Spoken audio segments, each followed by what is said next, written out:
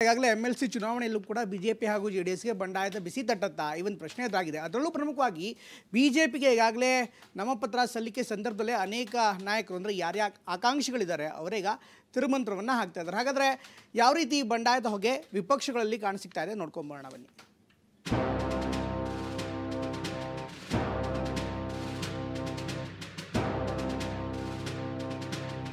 ಮೇಲ್ಮನೆ ಚುನಾವಣೆಗೆ date announce ಆಗಿದೆ.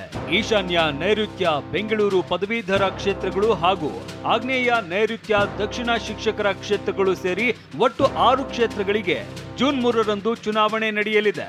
ಮೈತ್ರಿ ಅಭ್ಯರ್ಥಿಗಳ ಹೆಸರು ಘೋಷಣೆ ಮಾಡಲಾಗಿದೆ. 4 ಸ್ಥಾನದಲ್ಲಿ ಬಿಜೆಪಿ ಸ್ಪರ್ಧಿಸಿದ್ರೆ 7 ಸ್ಥಾನದಲ್ಲಿ ಜೆಡಿಎಸ್ ಸ್ಪರ್ಧಿಸಲಿದೆ. ಈ ನಡುವೆನೇ ಬಿಜೆಪಿಗೆ ಬಂಡಾಯದ ಆತಂಕ ಎದುರಾಗಿದೆ. ಪದವೀಧರ ಮತ್ತು ಶಿಕ್ಷಕರ ಕ್ಷೇತ್ರದಲ್ಲಿ ಬಂಡಾಯದ ಆತಂಕ ಶುರುವಾಗಿದ್ದು, 1 ಪದವೀಧರ ಮತ್ತು 2 ಶಿಕ್ಷಕರ ಕ್ಷೇತ್ರದಲ್ಲಿ ಅಸಮಾಧಾನ ವ್ಯಕ್ತವಾಗಿದೆ. ನೈಋತ್ಯ ಪದವೀಧರ ಮತ್ತು ನೈಋತ್ಯ ಶಿಕ್ಷಕರ ಕ್ಷೇತ್ರದಲ್ಲಿ ಕರಾವಳಿಗೆ ಅವಕಾಶ ಕೊಟ್ಟಿಲ್ಲ ಅಂತ ಬಿಜೆಪಿಯಲ್ಲೇ ಅಸಮಾಧಾನ ಭುಗಿಲೆದ್ದಿದೆ. ಈ ಬಾರಿ ಕರಾವಳಿ ಹೊರತಾದ ಜಿಲ್ಲೆಗಳಿಗೆ ಟಿಕೆಟ್ ನೀಡಲಾಗಿದೆ ಅಂತ ಟಿಕೆಟ್ ಆಕಾಂಕ್ಷಿಗಳು ಆಕ್ಷೇಪ ವ್ಯಕ್ತಪಡಿಸಿದ್ದಾರೆ.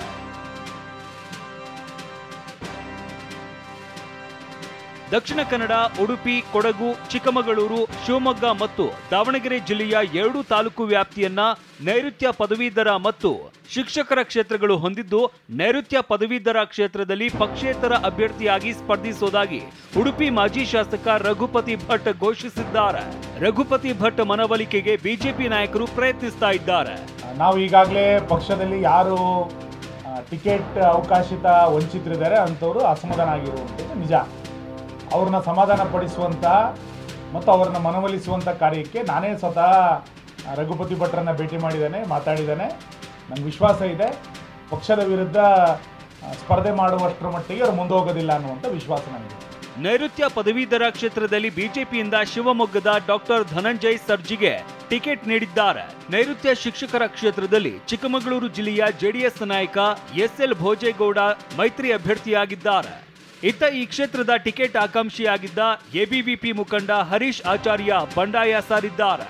ಪಕ್ಷೇತರ ಅಭ್ಯರ್ಥಿಯಾಗಿ ಸ್ಪರ್ಧಿಸುವ ಸೂಚನೆ ನೀಡಿದ್ದಾರೆ. ಈ ಮಧ್ಯೆ ದಕ್ಷಿಣ ಶಿಕ್ಷಕರ ಕ್ಷೇತ್ರದಲ್ಲಿ ಮೈತ್ರಿ ಪಕ್ಷಕ್ಕೆ ತಲೆನೋವಾಗಿದೆ.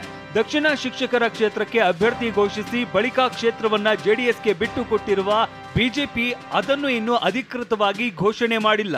ಹೀಗಾಗಿ ನಾನೇ ಅಭ್ಯರ್ಥಿ ಅಂತ ಹೇಳ್ತಾ ಇರುವ ಬಿಜೆಪಿ ಘೋಷಿತ ಅಭ್ಯರ್ಥಿ ನಿಂಗರಾಜೇಗೌಡ ಇವತ್ತು ನಾಮಪತ್ರ ಸಲ್ಲಿಸಿದ್ದಾರೆ. ಖಂಡಿತ ನನಗಿರುವ ಮಾಹಿತಿ ಪ್ರಕಾರ ಭಾರತೀಯ ಜನತಾ ಪಕ್ಷ ಮತ್ತು ಜೆಡಿಎಸ್ ಪಕ್ಷದ NDA ಮೈತ್ರಿ ಅಭ್ಯರ್ಥಿಯಾಗಿ ನಾನು ಇರ್ತೇನೆ. ಬಿಜೆಪಿಯಿಂದ ನಾಳೆ ಪೇಪರ್ ಅನ್ನು ಸಲ್ಲಿಸ್ತೇನೆ. ಅತ್ತ ದಕ್ಷಿಣ ಶಿಕ್ಷಕರ ಕ್ಷೇತ್ರಕ್ಕೆ ಮೈತ್ರಿ ಅಭ್ಯರ್ಥಿಯಾಗಿ ವಿವೇಕಾನಂದ ಕೆ ಅವರನ್ನ ಜೆಡಿಎಸ್ ಅಧಿಕೃತವಾಗಿ ಘೋಷಣೆ ಮಾಡಿದೆ. ಟಿಕೆಟ್ ಆಕಾಂಕ್ಷಿಯಾಗಿದ್ದ ಮಾಜಿ MLC ಶ್ರೀಕಂಠೇಗೌಡ ಕೂಡ ಮೈತ್ರಿ ಅಭ್ಯರ್ಥಿಯಾಗಿ ನಾಮಪತ್ರ ಸಲ್ಲಿಸುವುದಾಗಿ ಜಾಲತಾಣದಲ್ಲಿ ಹೇಳಿಕೊಂಡಿದ್ದಾರೆ. ಒಟ್ಟಾರೆಯಾಗಿ ಬಿಜೆಪಿ ಘೋಷಿತ ಅಭ್ಯರ್ಥಿ ನಿಂಗರಾಜೇಗೌಡ ಮತ್ತು ಜೆಡಿಎಸ್ ಟಿಕೆಟ್ ಆಕಾಂಕ್ಷಿ ಶ್ರೀಕಂಠೇಗೌಡ ಇಬ್ಬರು ಪಕ್ಷೇತರ ಅಭ್ಯರ್ಥಿಗಳಾಗಿ ಕಣಕ್ಕಿಳಿದ್ರೆ ದಕ್ಷಿಣ ಶಿಕ್ಷಕರ ಕ್ಷೇತ್ರದಲ್ಲಿ ಬಿಜೆಪಿ ಜೆಡಿಎಸ್ ಅಭ್ಯರ್ಥಿಗೆ ಸಮಸ್ಯೆ ಎದುರಾಗಲಿದೆ. ಕಿರಣ್ ಹನಿಯಡ್ಕ, TV9 ಬೆಂಗಳೂರು.